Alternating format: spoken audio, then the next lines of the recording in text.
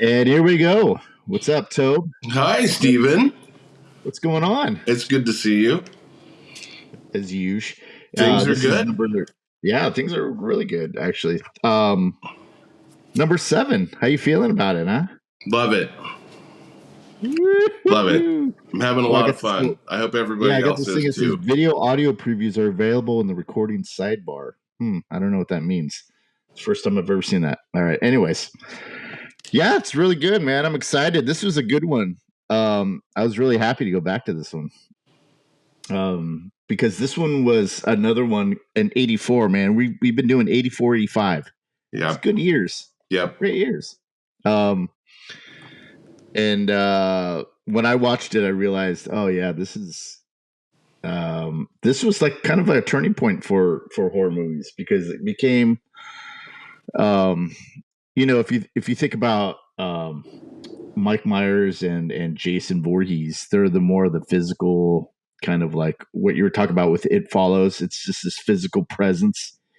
This one kind of was more psychological. You're dreaming. That was a big change. What was this movie? When was the first time you seen this, and what does this mean to you? So this goes, chalk another one up to the VHS tape, watch it after school every day kind of thing. It recorded it off TV. And with the commercials. Oh, I was good about cutting the commercials out. Oh, okay. You're one of those. I like it. Yeah. You could tell when it was coming, because the little for us here locally in the Bay Area, the Channel 2 icon would pop up in the lower right-hand corner, and you could tell where it was coming. So, it's like recording songs off the radio, trying to get it perfect when the DJ's trying to hit the post every time, and you're like, stop talking and let me hear this intro. Yeah.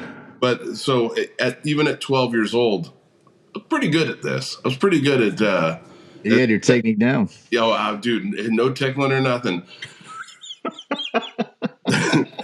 You bring up this is A Nightmare on Elm Street, the original one by Wes Craven, the master. Oh, that's right. Didn't even say the title. Or did I? I don't know. No, it's in the title up here. Oh yeah, it says it right up there. This is but you have Michael Myers, like you had said, and Jason Voorhees. These are two baddies at the time. They're in the zeitgeist in 1984, who never say a word. They are just a presence. They don't have any kind of personality whatsoever. They are just a shadowy figure in the dark, if you will. And with Freddy Kruger is much more psychological. He's let's just start out with the backstory. He's a janitor at the school. He lives in the boiler room, unclear where, his whole, but he is a child murderer, like the worst monster there is. And he's fashioned a glove with blades from a Sawzall. I don't know what these blades are actually from, but he's grinding away down in the boiler room, making this glove, and he's trying to be as terrifying as possible. The parents trap him in the either in the house or in the boiler room. I think they kill him in the boiler room, is how the story goes, and they burn him alive. And so they take their revenge. They murder him. Yeah. And then I don't know if his character is stuck in some kind of, he belongs in hell, but he's not there yet kind of thing, the way I see it. And he's stuck in this kind of purgatory, no man's land. And his power is fear. And he's obsessed with children. It's gross. It is very scary. And for me, at 12, 13, 14, whenever I started watching this over and over, as a Jason Voorhees fan, I'll watch all the Friday the 13th because I just love that kind of menacing. Not going to say a word. I dig that. That's Yeah. But of all the Friday the 13th, excuse me, of A Nightmare on Elm Street, the first one is truly scary to me. Yeah. And right? Yeah. Because I mean, we can get into how there's like 14 more of these, and Robert Englund is phenomenal as Freddy, but the idea that you can be scared to death right. is a very it was new to me. I think I'd seen Dreamscape. Do you remember Dreamscape? I was going to suggest that we do that. Yeah, I Okay, love that movie. I I love love it that with movie Dennis too. Quaid. Yeah, Kate Capshaw. Yeah, Oh yeah, great movie. I love that you could get into each other's like subconsciousnesses, and Yeah, that's a really you have no control. Like you can't. The only thing you can do is wake up, and then right, right, you escape the monster by getting out of your dream. But the thought that, I mean, just the notion and the premise of the story that if you die in your dream, you die in real life. As a right. teenager, was terrifying. Yeah, that was a big one because I think for me watching it, that was my initial turn off. Not turn off meaning I didn't like it, but it scared the crap out of me when I was 10 years old when I saw, or maybe it was 11, 10 or 11, but it was around the time it came out. And I remember my parents, my mom and my stepdad watching it. And my mother gets spooked easily anyways, but she swore off it. She, to this day, she doesn't even want to see it. And to me, that kind of piqued my interest. You know, as a kid, you're like, ooh, something that scared my parents. Well, you know, whatever. Man, I didn't sleep for. I mean, it borderline traumatized me. I mean, I couldn't sleep. This idea that something was waiting for me to fall asleep to come and get me, Mm-hmm. that was the big thing for me. Couldn't I couldn't get wrap my mind around that. Um, and it was also, like I said, it just seemed different. Like, and kind of touching on what you were saying about Michael Myers and Jason Voorhees. This guy, Fred Kruger, as he's known in this one, the Right. formalities haven't worn off yet. It's Fred Kruger to you. And he had more of a personality. You know, he had more of like I'm going to come and get you kind of vibe, which just doubled down on the horribleness of this movie. And yeah, it was just one of those things. I think it kind of uh, it I don't know. It just doubled down on the horror for me, anyways. And it was, I was 10 years old, 84. I was 10, and Jesus, man. I mean, it was on one of those tapes again in my library. Three to a tape. It was the third one, and I think before it was like, I think the first one was Delirious, and then the second one was maybe some comedy, and I never never again went to that third one, which was Nightmare on Elm Street. So, Oh, yeah. it really traumatized you. Yeah, I mean, now like watching it, I haven't seen it. I've seen bits of it, because of the internet, but I haven't sat down and watched it since probably the 80s. I remember part two coming out, I think a year or two later. And I used to live in Sacramento, and I would come down to Healdsburg to live with my grandparents for the summer. And I remember two coming out, and I watched that over and over again. I had no problem with two because it was kind of a little more, I liked it, but it was a little more goofy. And so I could take it, kind of took the edge off a little bit. And yeah, but that first one, yeah, I didn't really go back to it, and especially that last scene, which we'll get to. But Yeah. that last scene where he reaches through the door and pulls the mother through the hole, like that, I don't know why, but that scared the crap out of me, man. I was just like, oh man, that scene alone traumatized me. But yeah, we'll get to all those kind of good stuff here. You mentioned the parents, and not only your parents, but then the parents in this movie. A lot of what we saw in the 80s was the parents were kind of non-existent. Yeah. The movies that we've discussed so far, Fast Times, Yeah. Well, Back to the Future. Back to the Future, which does have the parents, but yeah, we're going to show your kids. parents, but they're your age. Yeah. Is in the parents in this one are totally non-existent. The mother's drunk or on pills or something, and at certain points, it's a coming of age. The kids are left to figure this problem out. What is happening to our friends? Yeah. And at the beginning, that's what rewatching it, I forgot how everything started. I just remember the terror, Yeah. But it starts out with Tina. I think is that her name, Tina? Getting chased, or she has a dream and she wakes up and then she goes to school and they slowly start to realize that they're all having the same dream, which was kind of clever. So yeah. Tina, who's played by Amanda Wyss.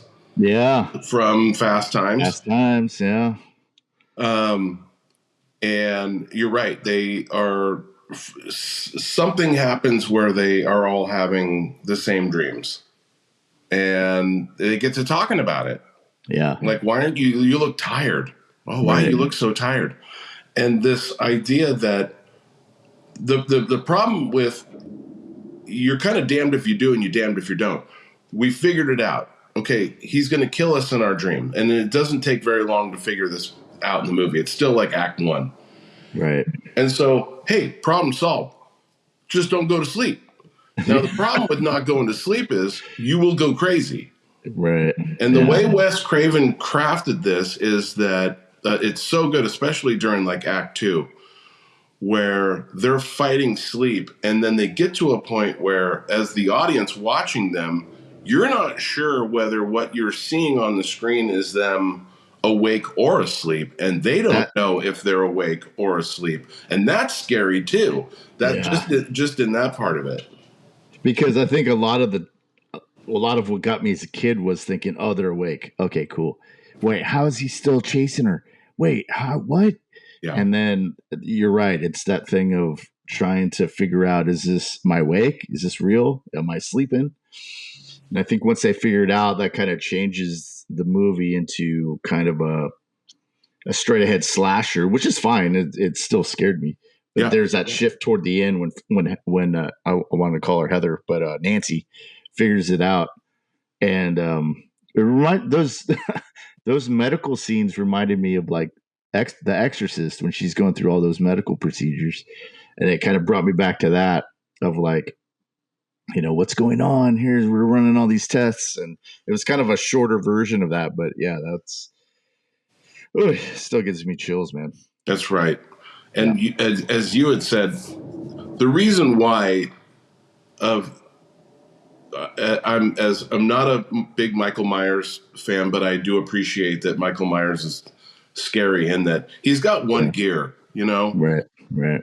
Jason's got one gear. His motivation is to just essentially kill everything in sight. Not going to say a word. And in the first Nightmare on Elm Street, Freddy is he's only on screen, I think, less than 10 minutes.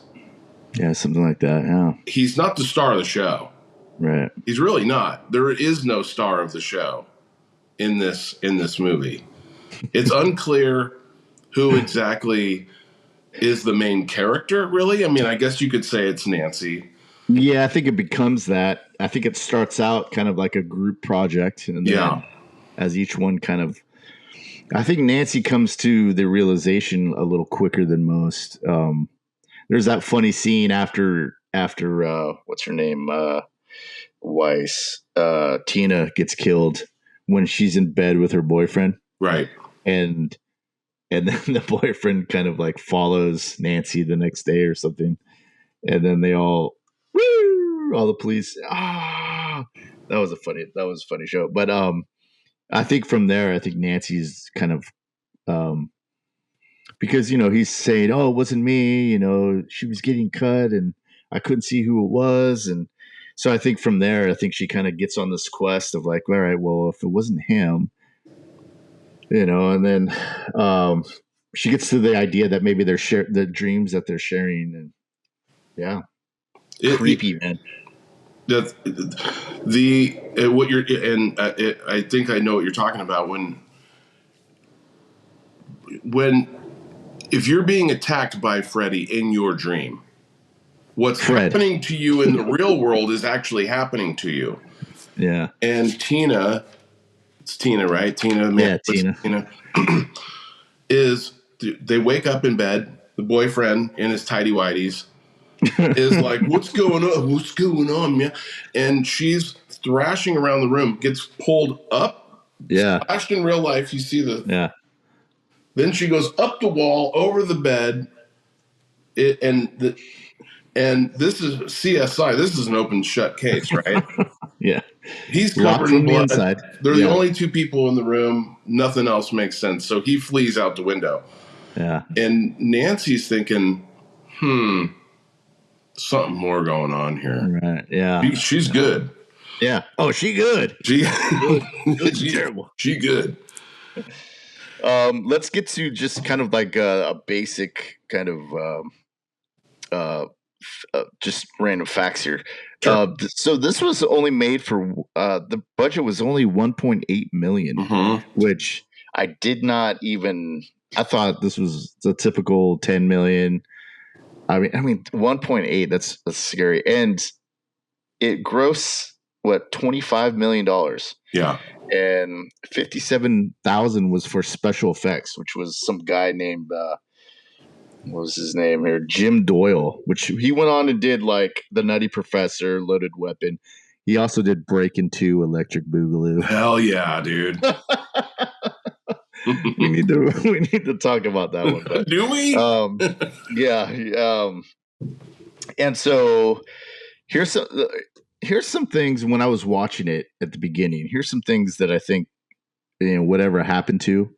I wanted to fly some things by you to see whatever happened to the LL Cool J style boom boxes. Do you remember those things in the 80s? Oh, yeah, absolutely. Did you have 8 to 10 D batteries in them? Yeah, absolutely. I think I had one. I had maybe two at the most, but those things showed up in almost every 80s movie that you ever. I don't know that it was kind of crazy. The dual cassette movies that one? had the What was that? The dual cassette. You had to have the dual cassette. Otherwise, if you just I only had the one. If you have I had the a friend that had dual. Yeah. If you have the one, then you're Soundwave from Transformers, ejecting dogs and birds out of your chest. I mean, which I'm totally on board with, dude. That's dope. No, I had a buddy that had a dual one that I would take my tapes over and make mixes with. Yes. And we would spend like Fridays or Saturday nights. At that point you're like 12 or something. You had to tape the holes. You had to tape the holes with masking. Yeah. Yeah. Right. Well, only the ones that already been recorded. Yes. If you got your blank ones, you didn't have to do that. But that's right. And if you wanted to save them, you took the tabs off. But that's right. Yeah, that was crazy. How about the sleeveless V-necks sweaters that Johnny Depp was wearing? Dude. Did you ever wear any of that? No. And the khakis, paired with khakis and some Docker shoes? Before, or not Docker, but... That's before my time. We had cardigans. Cardigans, that's what it was. Yeah, we had the button-up cardigans. That's the late 80s, early 90s stuff that was okay for us, yeah. So that was... For me, I went to... I had a babysitter that lived in an area, kind of like this area in the suburbs. It was like maybe 3 or 4 blocks from my elementary school. And they had... she lived... And she was just dressed... I mean, she was just this normal lady. But all her neighbors' kids, I mean, they all dressed to the nines. They all had, those shoes. I had a pair of those shoes that Johnny Depp wears at the beginning. They're those brown kind of moccasin type. Do you ever, you know what I'm saying? Oh yeah, like the Docksiders. Yeah, Docksiders. Mm-hmm. And you had those kind of like ties that, if you walked around, they'd last the whole day. But like being kids, they last like maybe a minute, 10 minutes, and then they're untied, and then you constantly whatever. Yeah, they were like rawhide or yeah, they were square. Yeah, and when you try to time it, you couldn't keep them tied. You needed to have your buddy take one end and your other buddy take the other end and run in opposite directions in order to keep those things anywhere. And then you take 10 steps and they're just flopping all over the place. Yeah, then you might as well just take them off. Great. How about Letterman jackets? Did you ever have a Letterman jacket? Yes. I still have my Letterman jacket. You do? Yeah. I never had one. I always wanted one. Never got it. But dude, this movie was full of those. Oh, and then a movie with the bad boy boyfriend walking around with the leather jacket and the switchblade. Yes. Like you always had. That was a staple in the 80s, especially in the early 80s. That was just how you knew you had a. Did you ever know anybody like that? Well, we had the switchblade, but it was the switchblade comb. Oh, comb. That's right. Yeah. No, we couldn't. There's a couple different kinds of switchblades. There's the kind that comes out from it like swivels up, and then there's the kind that retracts. Oh yeah. I don't think I've actually. I mean, you got to go to like a gun show to find those things. Even back in the day, they were really hard to find. We were more like brass knuckles, nunchucks, throwing stars. We had throwing stars for some reason. Well, in case the ninjas came to school. That's exactly right. It's good to be prepared. Yeah. Well, I had a friend that had the leather jackets. I had tons of friends with those kind of leather jackets with the zippers, but they all had the butterfly knives. Oh, butterfly! Which okay. I could never get. Yep. I could never get. Can we just use two hands? There you go. Okay. Here we go. I could never. But yeah, that was my friend Carlos. I was pretty good. Yeah, it's just all for show. I was pretty decent with it. I could do it. Yeah. We had a couple of those on First Street. Nunchucks. Those are another things that I think a friend of mine had. I had a friend whose name was Adam, who is probably a friend still to this day, hopefully. But he was one of those kids that was like feral. He had parents, lived in a nice house, 2-story nice house, but and the parents were, I don't know, they were nice, they were regular type parents, and then you go into his room and he has like this elaborate like cave system. Okay. And he sleep, and it was just, and his hair was out to here, and he was just collected knives and nunchucks. And when he moved out on his own, he had this big I went over one night and he had this big 44 Magnum. Yeah. And he was like, it was unloaded. He showed me, but he would like stick it in his head, and he was there.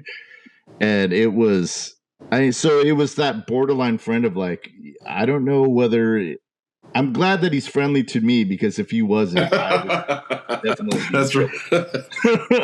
No, yeah. But, yeah, that's the kind of friends that I had. Yeah, I had a couple of those. I had a couple of those friends just on First Street again. Yeah. We didn't have an Elm Street, but if we did, it would have been First Street, I feel. Yeah. And these are guys who now have arsenals where you're like, there's as many guns as there are humans in America right now. 330 million people and 330 million guns. I'm like, well, I can tell you where you can find 150 of those guys. They're making up for me, who has none. Yeah, You know what I mean? Like, I think the math works out. I would agree. I know enough guys that can make up for the other people who aren't fully strapped. Right.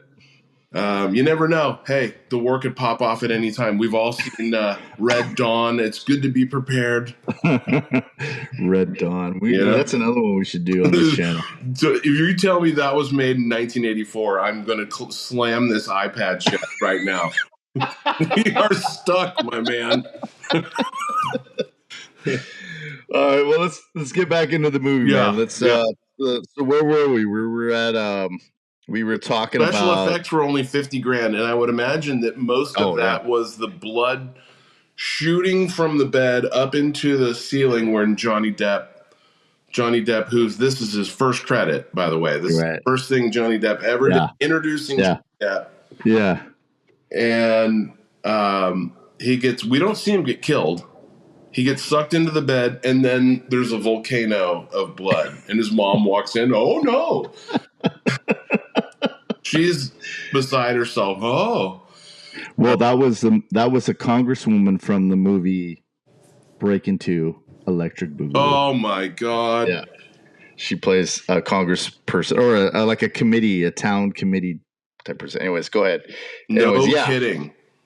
So. Yeah, the mom and the dad of Johnny Depp, they kind of make a cameo because I don't think you see them really until he dies. Oh. Yeah. And you're saying she's the local comptroller of Corona, California? Yeah, so like where were so Nancy, that's her name. Nancy kind of figures out where this is headed. And spends kind of like the whole rest of the movie trying to convince people and trying to stop. Don't fall asleep.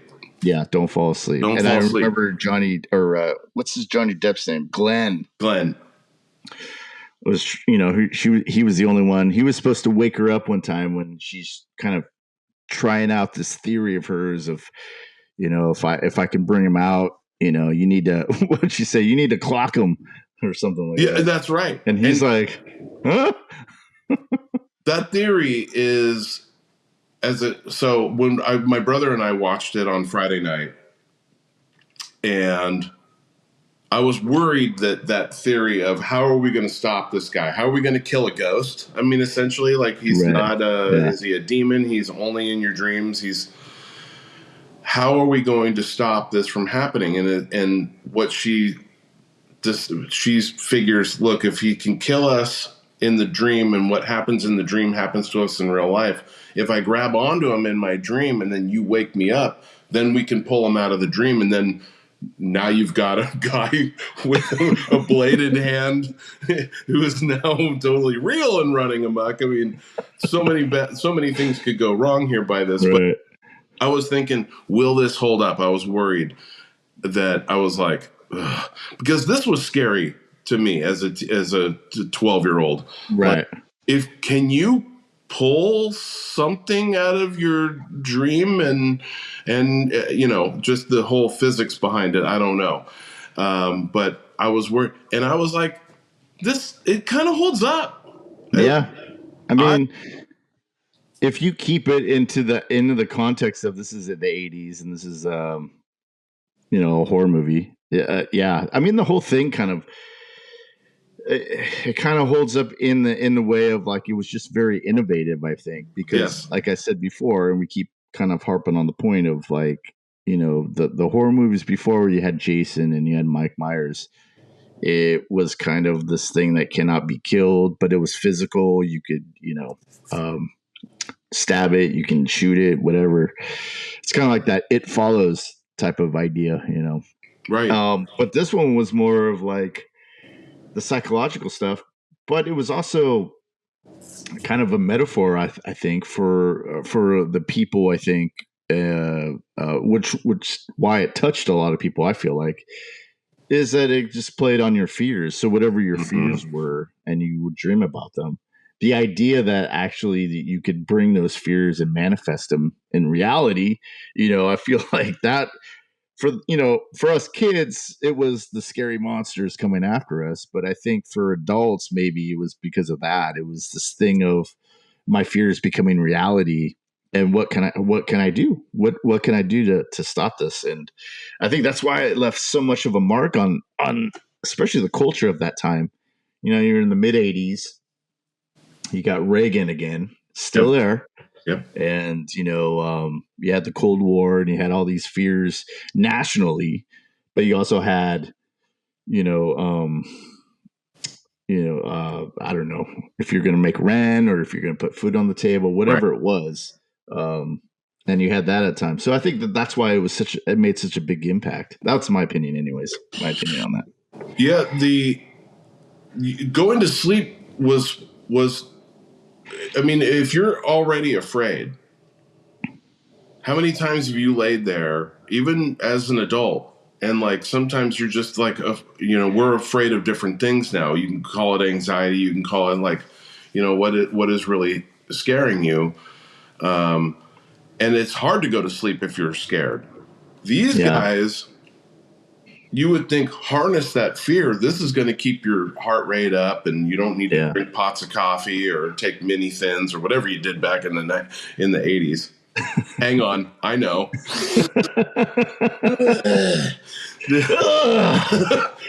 We ain't going to sleep tonight. But now you're afraid to be in either realm of your mind. Yeah. And the thought that this, whatever it is, can come into your brain, into your subconscious, and kill you. Yeah. Was something that Dreamscape touched on, but you didn't have to worry about some kind of phantom or you mean the janitor from 10 years ago that you guys burned alive is now going to come in with a scary glove, which was cool, by the way. Everybody had that glove. Troy, Troy was a Freddy. My brother Troy, who he and I watched the movie on Friday night. He had the Freddy glove. And I was a Jason guy, and I had the Jason mask. So we were coming from two different camps of like, what was, you dressed up like the monster, right? But at the same time, this is something that really truly scared you, and now you can't either stay awake or go to sleep. You can't get out of your own head. Right. You'll go. I think it will drive you insane. Yeah, and I think that was. Again, that was kind of the allure of this movie, and plus, you had the culture at the time. Again, you had the Cold War, so there was all these things that you were kind of being afraid or being told to be afraid of, and then you had your things that at this time wasn't addressed, which was trauma and the way maybe you were raised or something that happened in your life. You weren't really. It was a time where you didn't really talk about those things. And you just kind of, just kind of went on with your life and dealt with it. And, you squished it down as best you could. But I think this was just kind of like a whole metaphor for those kind of things, and unfortunately now it's talked about all the time. Even I go to therapy too. So, I mean, I think it's just a little more accessible to those things that, because I think they remade this, in 2010, 2011, somewhere around there. Oh, they did, didn't they? Yeah. Yeah. And, I don't know if it did well or not. I didn't see it, but, no, I didn't see it. There was, so I would watch what happens after this movie is Freddy becomes a cartoon character to me. Yeah, right. He is the main character. He's on screen over 50% of the movie. He's got these catchphrases now. And I mean, in the first one, there's some terrifying lines that he shows Tina. She's running away from him, and they snap to him. She's like, "Oh my God!" And he goes and he holds up the glove, and "This is God." Oh yeah. Holy shit!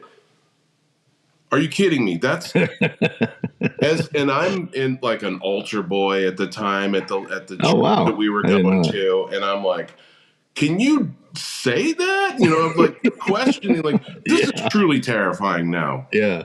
Well, I think if you were brought up like that, I mean, I can imagine. Because I think anytime, even now, anytime you say anything about God or anything, there's people that are just like, "Jeez, oh my gosh," oh, and that is terrifying to them. So do you add on all that other stuff, especially when he holds up his hand, he's like, and he hacks off his fingers, or he slashes himself, and all the worms come out. Yeah.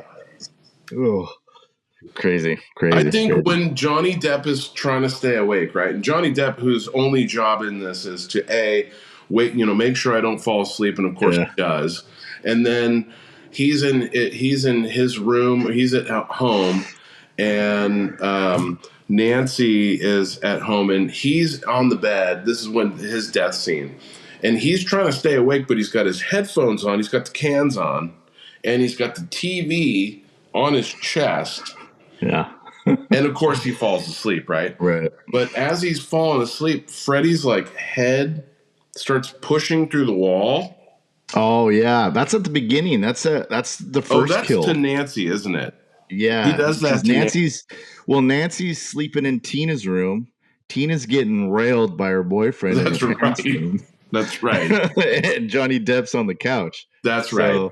And that's when he's looking. He comes through. Yeah, that's scary. Image is, yeah, it's really good. Last night I watched, just because I was clicking around, and I saw Freddy versus Jason, and I went, I've already seen this. I know how this is dog shit, but I'm going to watch it anyway, because let's just. I was hoping that Kane Hodder had played Jason in this one, and sadly he doesn't. He's my favorite Jason. Yeah. Go ahead and Google Kane Hodder. He's dope. And they, at one point in Jason's dream, when Freddy attacks Jason, and we get to see Jason's dream. Yeah. He comes through the wall of the boiler. You see his head start to poke through a little bit, and I'm like, that's obviously a callback to the original Nightmare on Elm Street, which was great. Robert Englund's in every one of these things. Yeah, I got to meet him actually. Yeah, did you really? Yeah, he came to. I was working at the Virgin Megastore when Freddy vs. Jason was coming out. No kidding. And he was doing promo, and he came in for an in-store, and so when people would come in, I was sometimes, not all the time, but I was part of the team that would take them up to the fourth floor. That's where our offices were, and, before and after like the meet and greet. And oh man, just a nice guy. Genuine. They say he's just the nicest guy. Dude, he's like so down to earth, like he's just a normal person. And took pictures with everybody. I think I had a picture with him, but I lost it. But he took pictures with the staff, and just very articulate and very, I guess down to earth is the only way I can describe him, because he was just so, when you talk to him, he was like, oh, that's great. Oh, I love that scene, oh, that scene where you had to do this. And he would just took his time. It was great. Good guy. Johnny Depp has talked about his first movie set. What are your thoughts on that? And you always remember your first one, right? Johnny Depp has done 200 movies or whatever. And he talks about how, Robert Englund really made me relaxed. And he would be dressed up as Freddy, and he would take my Walkman, and he would be rocking out on as a, and putting it in his words, of course. He's like, he would take my Walkman and just getting us just loose, and, giving him tips and things like that. So as far as acting wise, Johnny Depp really credits Robert Englund a lot for, less is more kind of thing, especially with the first movie, where it's not, again, Freddy's only on screen less than 10 minutes, but the specter of this, of Freddy is terrifying in itself. Like with Jaws, there's the sharks in the movie a minute and a half maybe, but it's called Jaws, and you're aware that there is and it's more maybe the soundtrack than anything that really starts to scare you, but it's the thought of this creature's coming for you. Yeah. This looming death is It's a really terrifying notion. Yeah, I would say. And so to kind of hop back on the point of Robert Englund, Yeah. I also met um, the guy from Reanimator. He was also in The Frighteners. Did you like The Frighteners? I think we should talk about that movie too. Okay. But he was the FBI agent in Frighteners. Oh no. The guy that's like, did he eat excessive amounts of salt? You remember that guy? No, kinda. I think that's bringing it back for me. Anyways, I met him. I did a student film when I was at the academy, and we hired him, and he's been in Reanimator and all these like Star Trek episodes, um, and he was the same. Although he was a Dodger fan, so that's the only nick I could put on him. But No good. yeah, he was down to earth. He's very. It's those things like Robert Englund too. I think is that they're in this kind of genre where it's a horror movie, so you don't have the biggest budgets, or at least back then you didn't.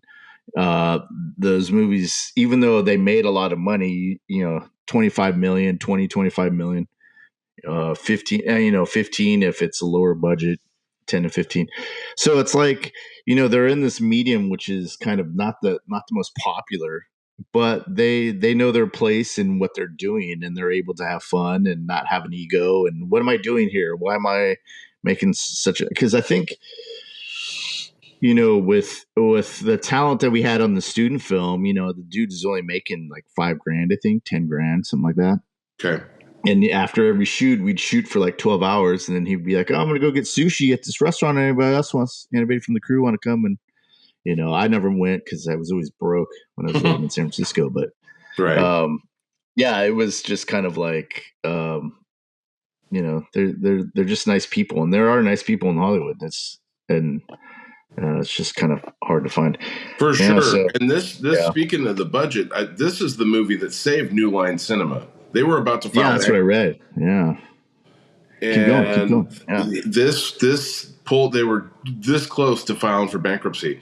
New Line Cinema, of course, is kind of known for their horror genre. Right. Did all the Friday the 13th, did all of the Nightmare on Elm Streets. The list goes on and on, but they call it the house that Freddy built after this movie came out because of the success of the original. And of course, it starts a franchise. It starts numerous franchises of video games and costumes. Every kid dressed up as Freddy that Halloween, and big time. It's oh man. In the zeitgeist for sure. Like that's all you have to say. And there's the nursery rhyme that was kind of haunting too, where the little kids are going 1, 2, Freddy's coming for you. Yeah, that's kind of. I mean, when little kids are singing haunting songs, okay.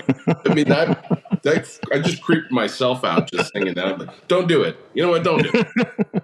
Well, and it's when it went into the 90s and into the early 2000s, like it started to kind of, I think if I went on the Reddit boards to kind of invest or kind of just get some random facts for this movie, and a lot of the consensus is that part 3 is the best one of the film. Now, this is a different generation that's getting into it after all of this has been made.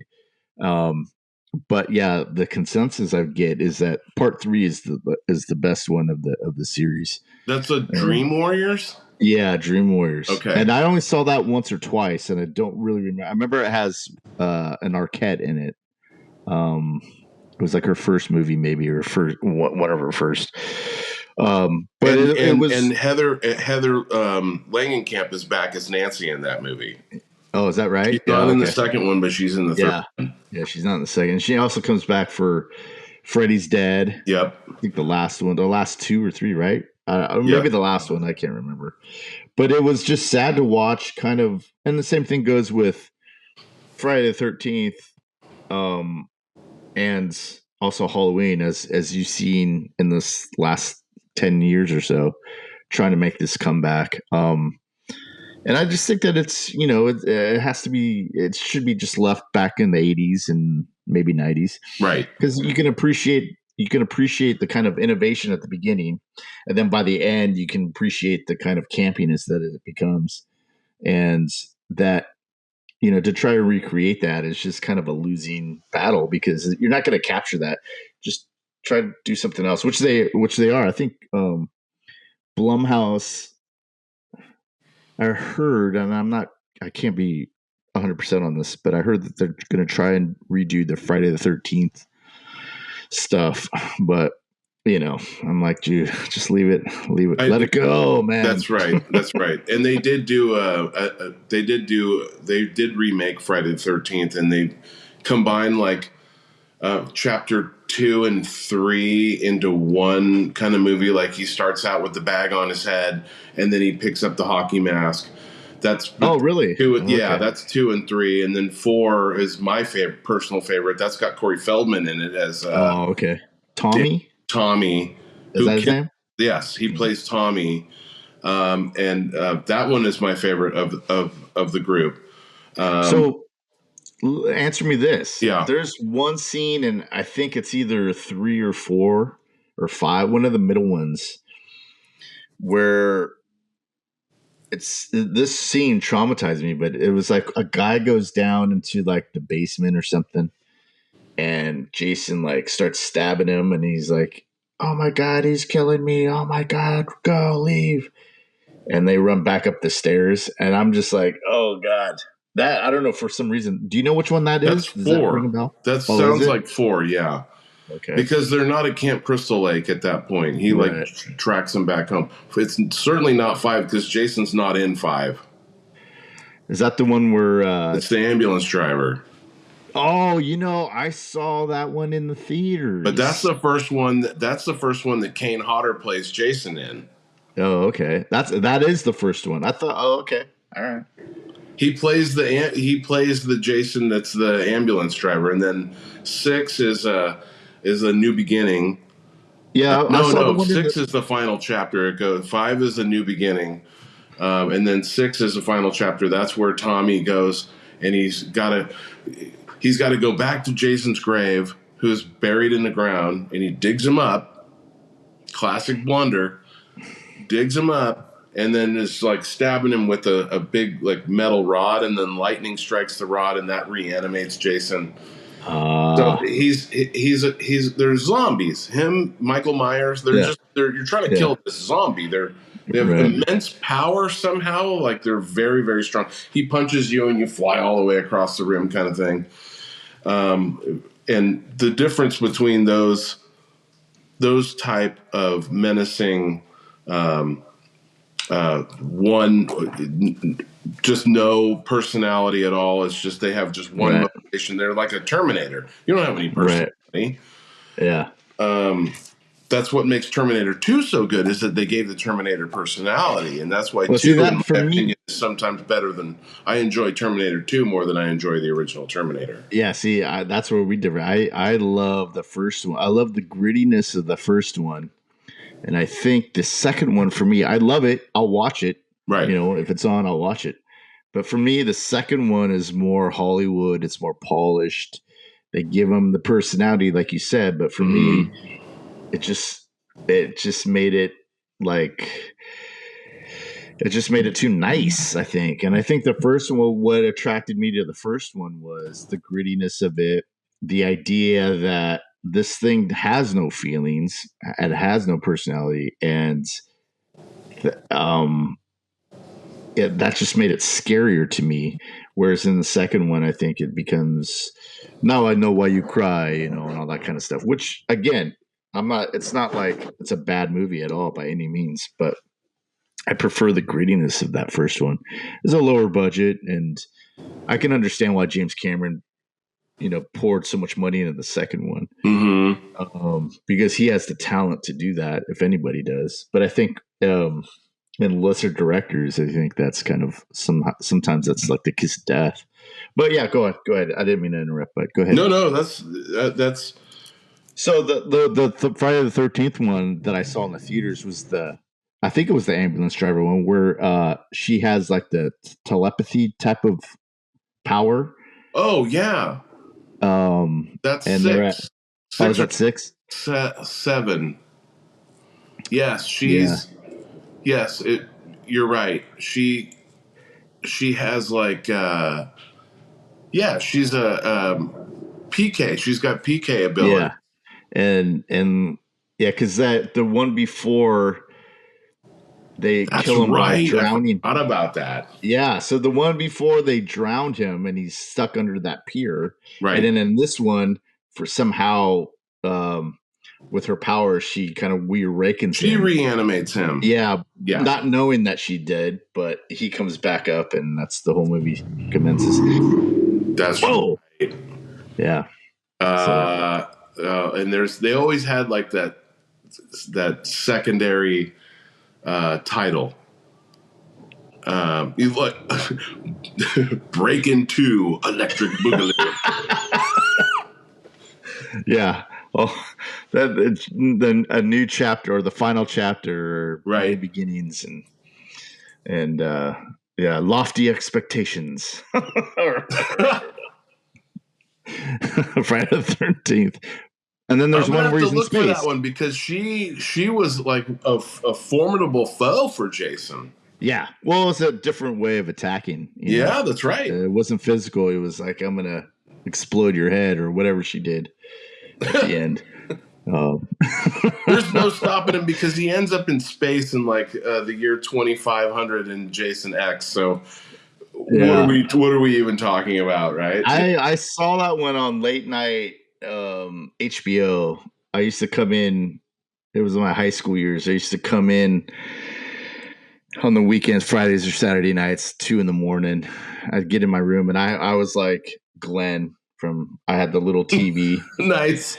And in my room, so I would watch HBO. We had Yeah. HBO, and those things would come on, and I would just be like either on, really drunk or on mushrooms or something, and it'd just be like, whoa. You'd be like, I missed Red Shoe Diaries. Oh man.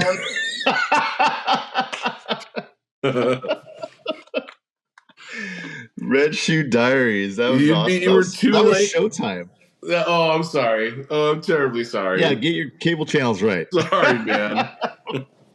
I didn't have any of this anyway, man, so I don't know. Oh, man, Red Shoe Diaries. We should do that on the... No, I'm just kidding. Yikes. All right, cool, man. Here's a fun fact since we both worked for the same firm 20 years ago. Oh, yeah. The boiler room scenes where Freddy is filmed. Yeah. I was always like, I've seen a lot of, as an investigator who does some site inspections from time to time, I've never seen this. Where is this room? What is this? I know the lighting can kind of, the red lighting is one thing. And if you're working in a boiler room, they need to be pretty well lit because you don't want guys down there that can't see what they're doing, right? Yeah. Without steam pipes and catwalks and the whole thing. But I'm like, where did they film this? This doesn't look like a school. Yeah. It doesn't look like an elementary or a high school to me. Maybe they are, but we didn't have these big schools where, 10,000 kids go to the school in, Chicago or something like that, where you need, 6 boilers lined up and to heat the building. The boiler room scenes were shot at the old Lincoln Heights jail. Oh. Which, after they filmed this movie, they condemned it and they tore it down because of the high asbestos contamination that was down. Oh, Jesus. They didn't bother abating it. They just tore it all out. Which I thought was like, that actually makes sense.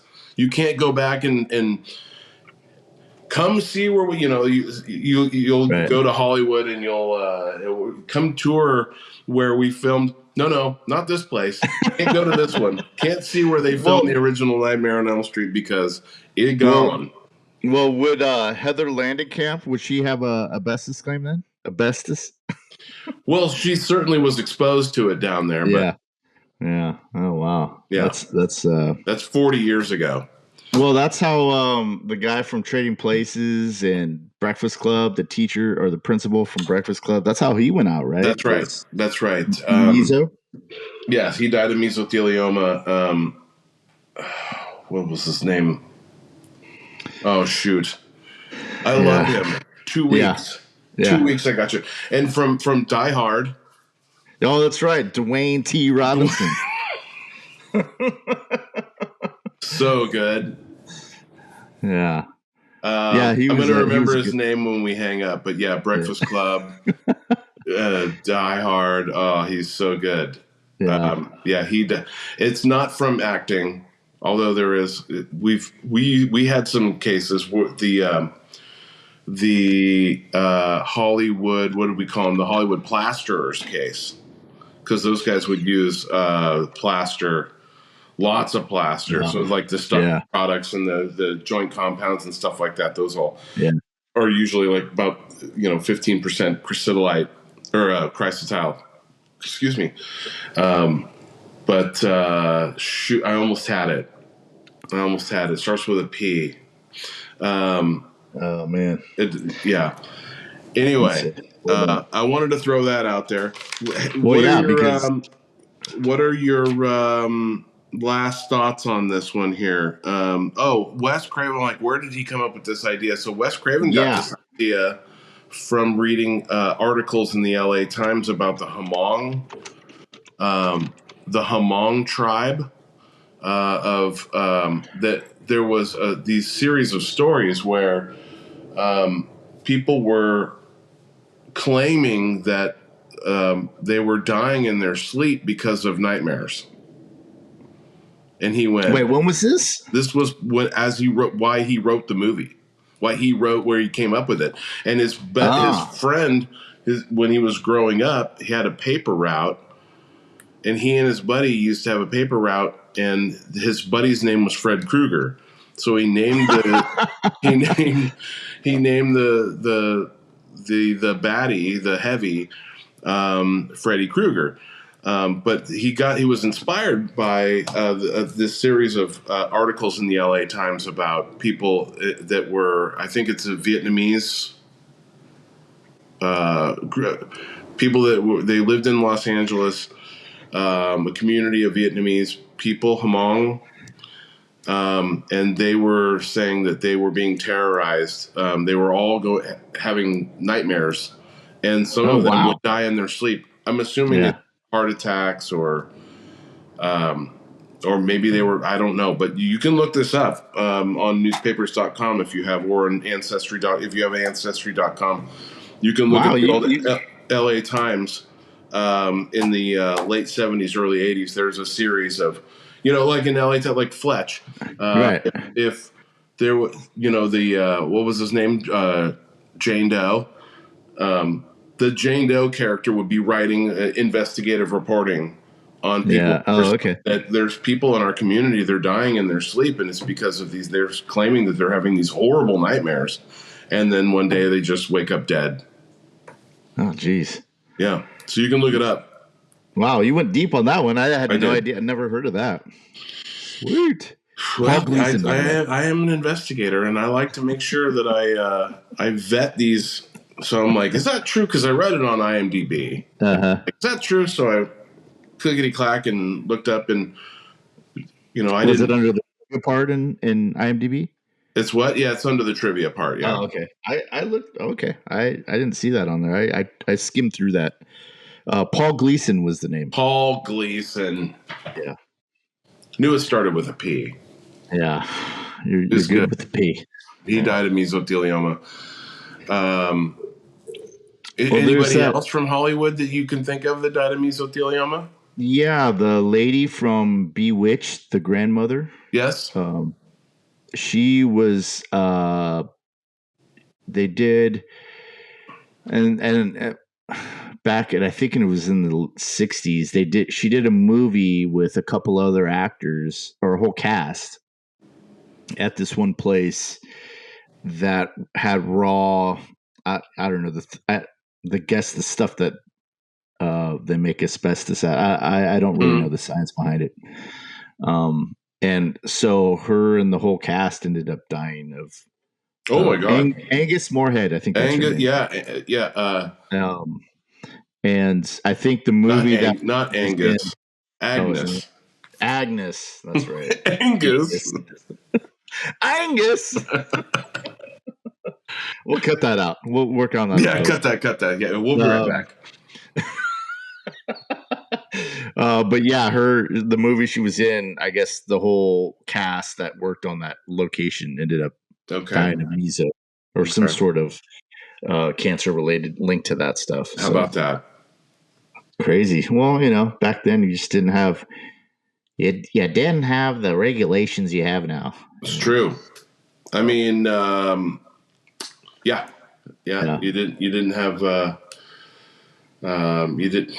I mean, it was the 80s, so OSHA's brand new. Yeah.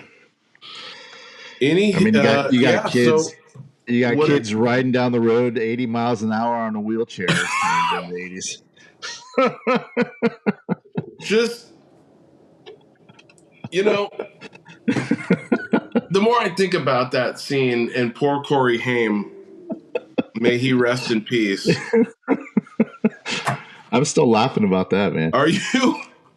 Yeah, I watched that clip that we made, and I was like, "Oh shit, dude!" It's ridiculous. There's even stuff when we were talking about him trying to get up the ramp and him going, "Ugh." All right, let's just cut it there. I'm like, nobody gonna help this kid out? You guys have no heart. What is going on here? All right, cool, man. Well, I think we're gonna wrap up here. Okay. Thanks again for Tobe coming on and talking about You're welcome, Nightmare buddy. on Elm Street. You're welcome, buddy. And it's spooky season. Happy Halloween, everybody. Yeah. Steven gets to pick the next one. Speaking of Steve's, the other person who jumps to the front of my mind as far as who died of mesothelioma was Steve McQueen, the great Steve McQueen. Oh, that's right. That's correct. He worked a lot of construction. He did work a lot of construction. I believe he was a CB before that. I think he was an AB or was it a CB? He was in construction in the military. They call him CBs. Oh, okay. I think he had done some anyway he was on Navy ships. And he was a Marine as well, I want to say. So, the Marines get transported by the Navy. They don't have ships. I mean, they might have ships of their own. You use the Navy to get transported around the Marine. Yeah. The Marines are usually there's a group, a battalion on the nuclear vessels. You have to have Marines on board. They actually guard the nuclear reactors. Oh, a lot of people don't know that. I did not. I was one of those people. Yeah, they stand guard. Anyway, you get to pick the next one. And we got what's today? Okay, so we got 2 more weeks of the spooky season. So, and you got for yours on Halloween. It's going to be a good one. It is. I'm looking forward to it. Yeah, I'm looking forward to that. We might have to make that a live episode. Oh yeah, we could. I'll look into that. We shall see. Toby's always thinking. All right. I am. Thanks, guys, for anybody that's hanging out. Thank you for joining us, and we'll see you next week. See you, Tobe.